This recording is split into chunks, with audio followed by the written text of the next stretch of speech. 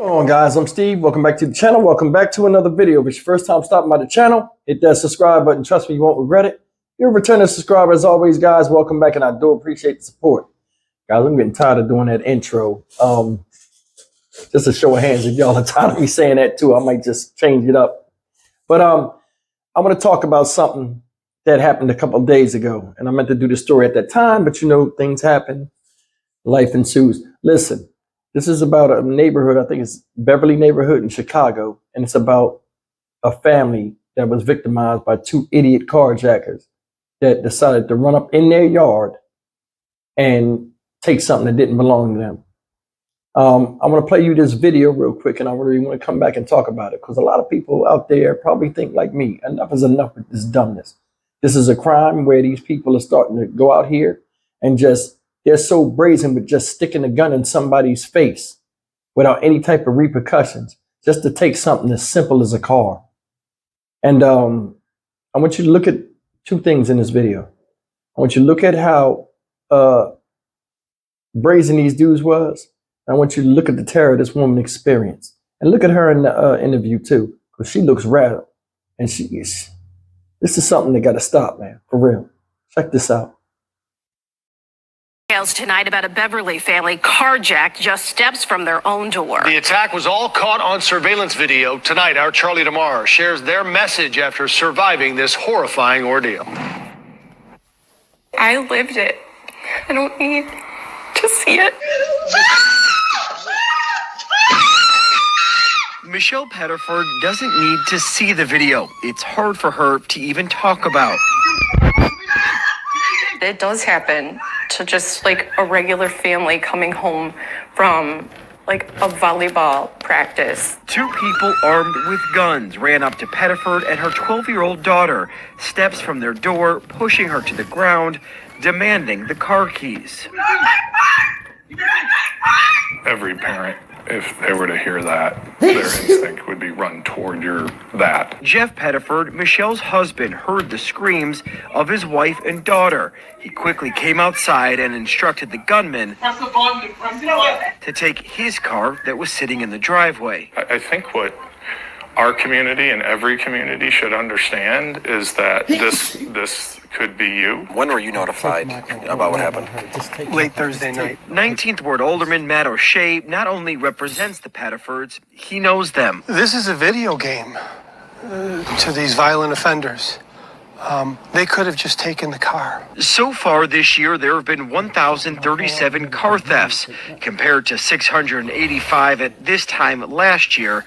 That's a 51% increase for the 22nd District, which includes the Beverly neighborhood. You shouldn't have to think about that when you're in your own backyard, just feet from your own home. Robberies have decreased by 6% year to year in the 22nd District. We can really take this as an opportunity to hopefully make change. Law enforcement experts who we spoke with who had a chance to review this video say the Pettifords handled the situation about as well as they could have. They de-escalated the situation, and they also cooperated with all of the demands. Now, their car has not been recovered, and at last check, no arrests have been made. All right, guys, that was a video, and it was a horrifying experience for that family to go through. And they said they took the car is gone. Don't have suspects. People are out of a vehicle. The woman is rattled. You seen her hair, how she was talking. Messed up experience. If you paid attention to the video, you seen her walking back. Supposedly she went to a cheerleading thing or something with her daughter. Daughter went in the house, seen the guys running up the driveway.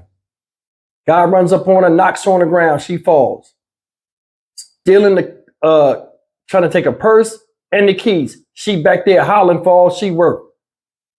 It's a security light on.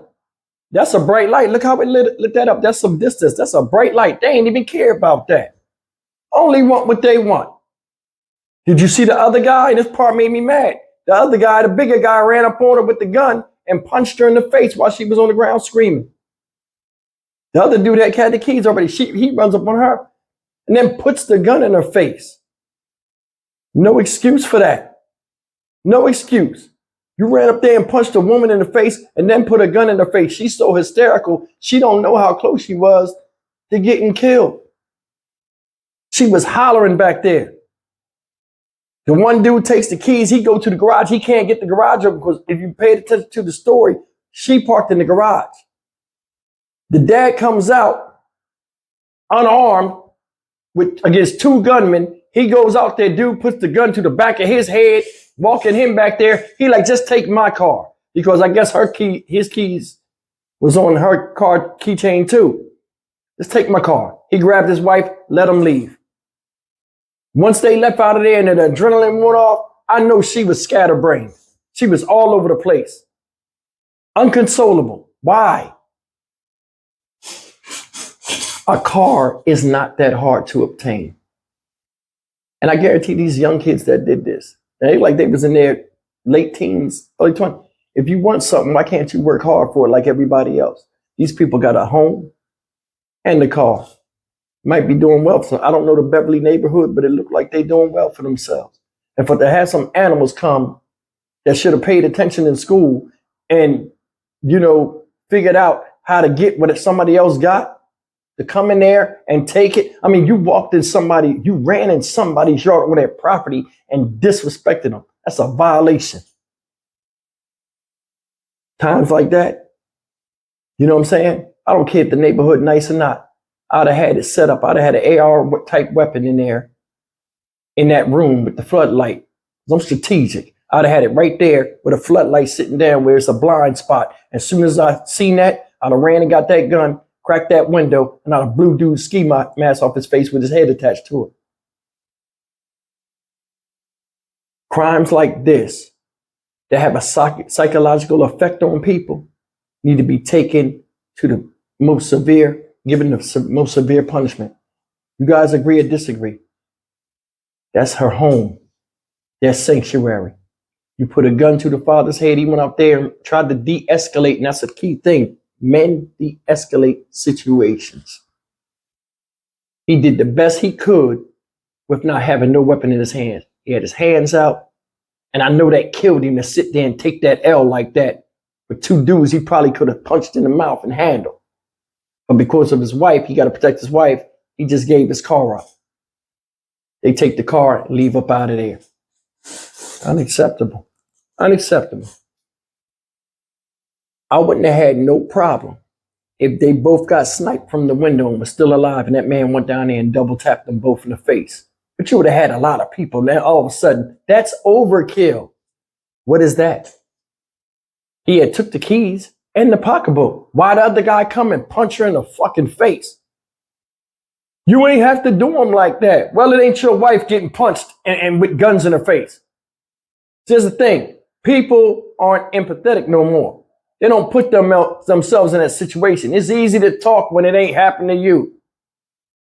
That whole situation is bullshit. A lot of people tired of it.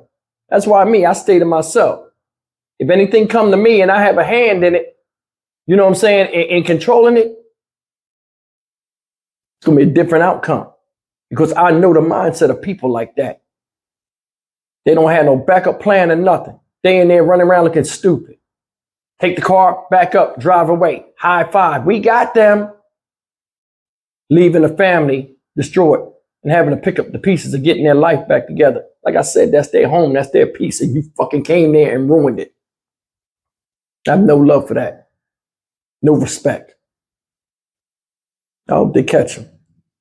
Stock Market Steve for the Dynamic Reason channel. As always, like, comment, share, and subscribe. I'll see you guys in the next video. I am losing my voice. I don't know why.